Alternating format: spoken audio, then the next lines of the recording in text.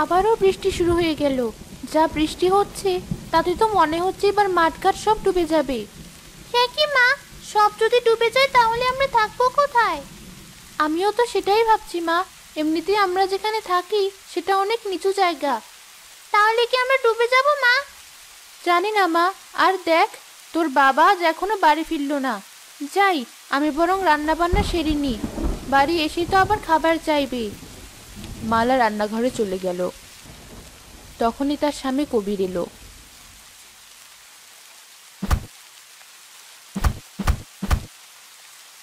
কই, কোথায় গেলে? তুমি এসেছো? আমি তো ভাবলাম বাড়ির কথা ভুলেই গেছো। কি যে বলো না। মা ঋতু, গামছাটা আন দেখি, একদম ভিজে গেছি। এই নাও বাবা। এ কি বাবা, অতগুলো কলা গাছ কেটে এনেছো কেন? দরকার আছে মা, যা বৃষ্টি শুরু হয়েছে তাতে ওগুলোই আমাদেরকে বাঁচাবে। কলা গাছ আমাদেরকে বাঁচাবে? এ আবার কি কথা? হাসিস না মা, কখন যে আমাদের কি কাজে লাগে আমরা আগে থেকে কেউই তাও বুঝতে পারি না। হয়েছে, তোমাকে আর জ্ঞানের কথা বলতে হবে না। এমনি ভিজে এসেছো, যাও একটু বিশ্রাম করো। আমি বাকি রান্নাটা সেরে আসি। মালা আবারও রান্নাঘরে চলে গেল। বিকেলে বৃষ্টি কমলো। বউ, ও বউ, কোথায় গেলে? কি হয়েছে? সারাক্ষণ এত কিসের ডাকাডাকি তোমার? রাগ করছো কেন? হাতুড়িটা দাও দেখি। হাতুড়ি দিয়ে আবার কি করবে? কলা গাছের বাড়ি বানাবো। কলা গাছের বাড়ি? এমন বাড়ির নাম তো বাপের জন্মেও শুনিনি। শোনোনি তাতে কি হয়েছে? এবার শুধু শুনবে না, দেখবেও। আবার এমন কিছু করো না যাতে সবাই তোমায় পাগল বলে ডাকে। এমনিতেই গ্রামে মুখ দেখানোর জো নেই, তার উপর এমন এক একটা কাজ করো মানুষের হাসির পাত্র হতে হয়। মানুষের কথায় অত কান দিও না তো, ওরা এমনই, সবসময় এর ওর পিছনে লেগে থাকে। যাও, যা বললাম তাই নিয়ে আসো। তোমাকে নিয়ে আর পারি না। এই নাও হাতুড়ি, আর যা ইচ্ছে তাই করো। হাতুড়ি নিয়ে কবির উঠোনে বসে কলা গাছ কাটতে লাগলো। তখনই তাদের প্রতিবেশী মকবুল সেখানে এলো। কি কবির ভাই, এত মনোযোগ দিয়ে কি করছো? এই তো ভাই, ভবিষ্যতের জন্য কাজ করছি। ভবিষ্যতের জন্য কাজ? হ্যাঁ, ভবিষ্যতের কথা ভাবাই তো জ্ঞানীর কাজ, তাই না? তা তো ঠিকই, কিন্তু এই কলা গাছ দিয়ে তুমি ভবিষ্যতের কি কাজ করছো শুনি, শুনে আমিও একটু জ্ঞানী হই। কি আর করব ভাই, কলা গাছ দিয়ে একটা বাড়ি বানানোর চেষ্টা করছি। সত্যি কবির ভাই, হাসালে তুমি। এই নাকি তোমার ভবিষ্যতের কাজ? কলা গাছের বাড়ির কথা তো জীবনেও শুনিনি। তাই এই বাড়ি দিয়ে তুমি কি করবে শুনি? হেসো না, হেসো না। কে বলতে পারে একদিন তোমাকেও আমার কাছে সাহায্য চাইতে হতে পারে। না কবির ভাই, আমার জীবনে এত খারাপ দিন কখনো আসবে না। এবার বলো তো, এই বাড়ি দিয়ে তুমি কি করবে? বাড়ি দিয়ে আর কি করব, বাড়িতে থাকবো। সত্যি কবির ভাই? এমনিতেই তো আর সবাই তোমাকে কবির পাগলা ডাকে না। তোমার এসব কাজকর্ম দেখেই তোমাকে পাগল বলে। খেয়ে দিয়ে কাজ না থাকলে বোধহয় মানুষ এমনই করে।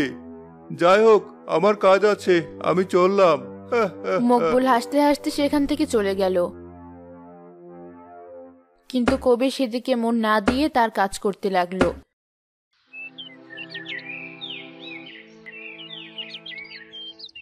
পরদিন সকালে মালা যখন বাইরে গেল, মকবুলের বউ সেলিনার সাথে তার দেখা হলো। মালা ভাবি, সকাল সকাল এদিকে এসেছো যে? এদিকটায় অনেক কচু শাক হয়েছে, ভাবলাম একটু তুলে নিয়ে যাই। সে তো ভালো কথা, কিন্তু শুনলাম তোমরা নাকি এখন থেকে কলা গাছের বাড়িতে থাকবে। কলা গাছের বাড়িতে থাকবো? এসব তোমাকে কে বললো? সারা গ্রাম জানে, অথচ তুমি জানো না? সবাই তো হাসাহাসি করছে কবির ভাইয়ের কলা গাছের বাড়ির কথা শুনে। সত্যি, তোমার স্বামী পারেও বটে।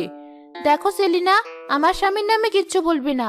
উনি সহজ সরল হতে পারে, তাই বলে তাকে নিয়ে হাসাহাসি করা মোটেও ঠিক না। আমি আবার কি করলাম? লোকেরা যা বলছে আমি তো তোমাকে সেটাই বললাম। তাছাড়া অমন কাজ করলে হাসির পাত্র তো হতেই হবে। তোমার সাথে কথা বলে সময় নষ্ট করে আমার লাভ নেই। সেলিনা সেখান থেকে চলে গেল। মালাও রাগান্বিত হয়ে বাড়ির দিকে চলে গেল।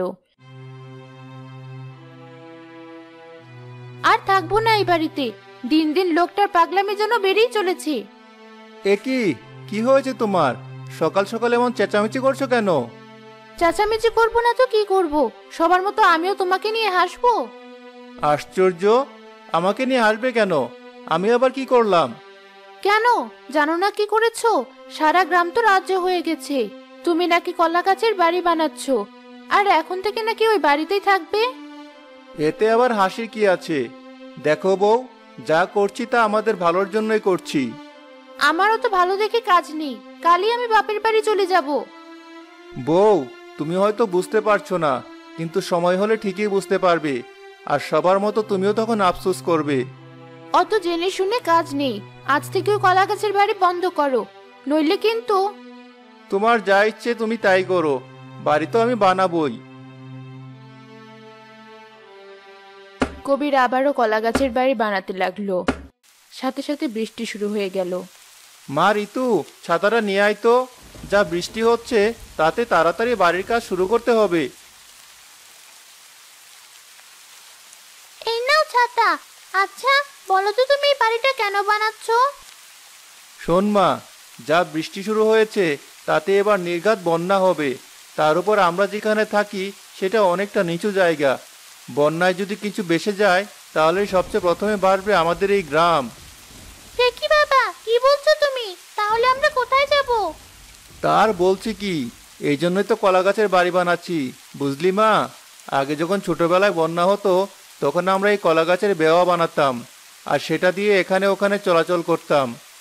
কিন্তু তুমি তো এবার ভেওয়া বানাচ্ছ না, এটা তো একটা বাড়ি। হ্যাঁ মা, দিন বদলেছে। এখন কি আর বৃষ্টিতে বেলায় থাকা সম্ভব? তাছাড়া কতদিনে বৃষ্টি থামবে তারও তো হদিশ থাকবে না। এই জন্য তো বাড়ি বানাচ্ছি, যাতে বৃষ্টি না থামলে বন্যাতেও আমরা সুস্থ থাকতে পারি। কবির ছাতা মাথায় দিয়ে আবারও কাজ শুরু করলো। বৃষ্টির গতি যেন আরো বেড়ে গেল। এভাবেই বেশ কিছুদিন বৃষ্টি হওয়ায় সারা গ্রাম পানিতে থই থই করতে লাগলো।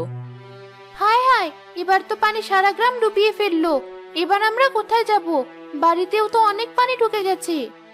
চিন্তা করো না, আমাদের তো কলা গাছের বাড়ি আছেই, সাথে তো আর ওটা বানাইনি।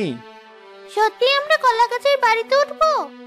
হ্যাঁ মা, তোর মা রাজি হলে তবেই উঠবো। কি কিছু বলছো না যে? না মানে? হয়েছে, তোমাকে আর লজ্জা পেতে হবে না। এই ঘরে আর কিছুতেই থাকা সম্ভব না। প্রয়োজনীয় কিছু জিনিস নিয়ে চলো, আমরা এখনই কলা গাছের বাড়িতে গিয়ে উঠি। কবির তার স্ত্রী মালা ও ঋতুকে নিয়ে তাদের কলা গাছের বাড়িতে উঠল। অন্যদিকে গ্রামবাসী বন্যার প্রকোপে অতিষ্ঠ হয়ে গেল। এ কি যন্ত্রণায় পড়লাম! এই বন্যার পানি তো এবার ঘরেও ঢুকে গেছে। কিছু বলছো না যে? ছেলেপুলে নিয়ে এবার কি বন্যার পানিতে ডুবে মরবো? এমন বাজে কথা বলছো কেন? সারা গ্রামেরই তো একই অবস্থা। দেখো না, আরেকটা দিন বৃষ্টি ঠিক কমে যাবে। এই বৃষ্টি কমার না। কাল তো দেখলাম অনেকেই ঘর ছেড়ে অন্য গ্রামে গিয়ে উঠছে। চলো আমরাও কটা দিন মায়ের বাড়িতে গিয়ে উঠি। কি যে বলো না, বাড়িঘর ছেড়ে তাই কোথাও যাওয়া যায় নাকি? আমি দেখছি কিছু করা যায় কিনা।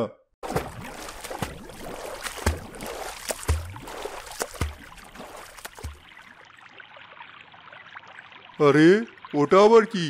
দেখে তো মনে হচ্ছে কলা গাছের বাড়ি। তার মানে এটাই কবির ভাইয়ের সেই কলা গাছের বাড়ি। গিয়ে দেখে আসি তো।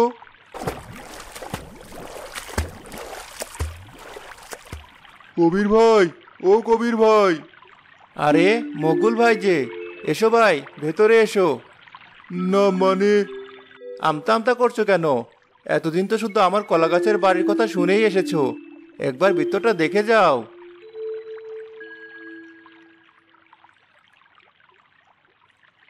ভেতরটা দেখে মকবুল অনেক চমকে গেল।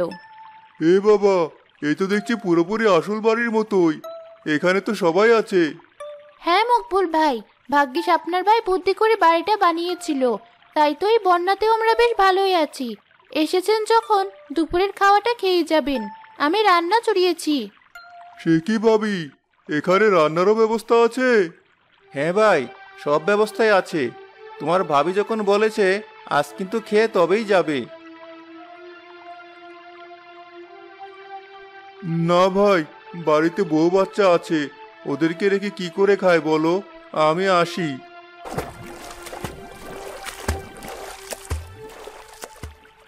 পরদিন হইতেই সারা গ্রাম বন্যার পানিতে ডুবে গেল। গ্রামবাসীরা যে যার বাড়ির চালে আশ্রয় নিল। কালকে তোমায় কতবার বললাম আমার মায়ের বাড়িতে গিয়ে উঠি, অথচ তুমি কথা শুনলে না। এবার এতটুকু ছেলেকে নিয়ে এই বৃষ্টিতে ঘরের চালে এসে থাকতে হচ্ছে। আমার খুব ভয় করছে মা, মনে হচ্ছে এখনই পানিতে পড়ে যাব। কাঁদিস না বাবা, উপরওয়ালা ঠিক একটা ব্যবস্থা করবে। কি হলো, তুমি এখন চুপ করে বসে আছো কেন? আমি আর কি বলবো, কে জানতো কপালে এই কষ্ট লেখা আছে। এখন উপরওয়ালার কাছে সাহায্য চাওয়া ছাড়া আমাদের হাতে আর কি বা উপায় আছে। মুকবুল আর সেলিনা যখন তাদের ঘরের চালে দাঁড়িয়ে ছিল, তখনই কবিরের কলা গাছের বাড়ি ভাসতে ভাসতে সেদিকেই আসলো। মকবুল ভাই, ও মকবুল ভাই, ওখানে দাঁড়িয়ে আছো কেন? তাড়াতাড়ি সবাইকে নিয়ে এদিকে এসো। দেখছো তো, উপরওয়ালা ঠিক শুনেছেন, তাই তো কবির ভাইকে পাঠিয়েছেন।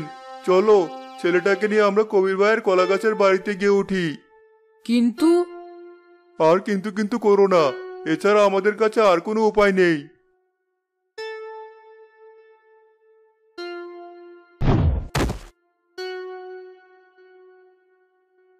সত্যি কবির ভাই, তোমাকে যে কি বলে ধন্যবাদ জানাই। আজ তুমি না থাকলে হয়তো ছেলে বউ নিয়ে এই বন্যার পানিতে ডুবে মরতে হতো। কি যে বলো না ভাই, মানুষ তো মানুষেরই জন্য। মকবুল নিজের ভুল বুঝতে পারলো, তার চোখে অঝরে পানি ঝরতে লাগলো। এ কি মকবুল ভাই, কাঁদছো কেন? কাছে নিজের ভুলের কারণে। না বুঝে তোমায় নিয়ে আমি কত হাসাহাসি করেছি, এমনকি এই কলা গাছের বাড়ি বানানোর জন্য তোমাকে পাগল পর্যন্ত বলেছি। অথচ আজ তোমার আর তোমার এই কলা গাছের বাড়ি আমাদেরকে বাঁচালো। আমায় তুমি ক্ষমা করে দাও ভাই। মালা ভাবি, তুমিও আমাকে ক্ষমা করে দাও। সেদিন না বুঝে আমিও তোমাকে নিয়ে উপহাস করেছি। আজ আবার এসব কথা কেন?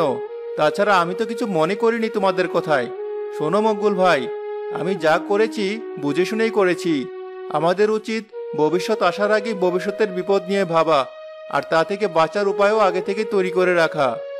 সেলিনা ভাবি, আমিও তো নিজের স্বামীর কারণে কতবার লজ্জিত হয়েছি, কিন্তু আজ বুঝতে পারছি সে যা করেছে তা সবই আমাদের ভালোর জন্যই করেছে। শুধু তোমাদের জন্য না, আমি গ্রামের সবার ভালোর জন্য এটা করেছি। তাই তো আজ আমরা গ্রামের সবাইকে বন্যা থেকে উদ্ধার করব, আর আমার এই বাড়িতে সবাইকে ততদিন আশ্রয় দেব যতদিন না বন্যা ঠিক হয়। সত্যি কবির ভাই, তোমাকে যতই দেখছি ততই মুগ্ধ হচ্ছি। তোমার মতো ভালো মানুষ হয় না। হয়েছে, আমাকে নিয়ে আর প্রশংসা করতে হবে না। চলো, আমরা আমাদের কাজে লেগে পড়ি। আজই সবাইকে উদ্ধার করতে হবে। কি পারবে তো? হ্যাঁ ভাই, পারবো না কেন, অবশ্যই পারবো। তোমার এই মহৎ উদ্দেশ্য সফল করতে যা প্রয়োজন আমি সব করতে পারবো। মকবুল কবিরকে জড়িয়ে ধরল। কবির আর মকবুল মিলে গ্রামের সবাইকে বন্যা থেকে উদ্ধার করে তাদেরকে কলা গাছের বাড়িতে আশ্রয় দিল।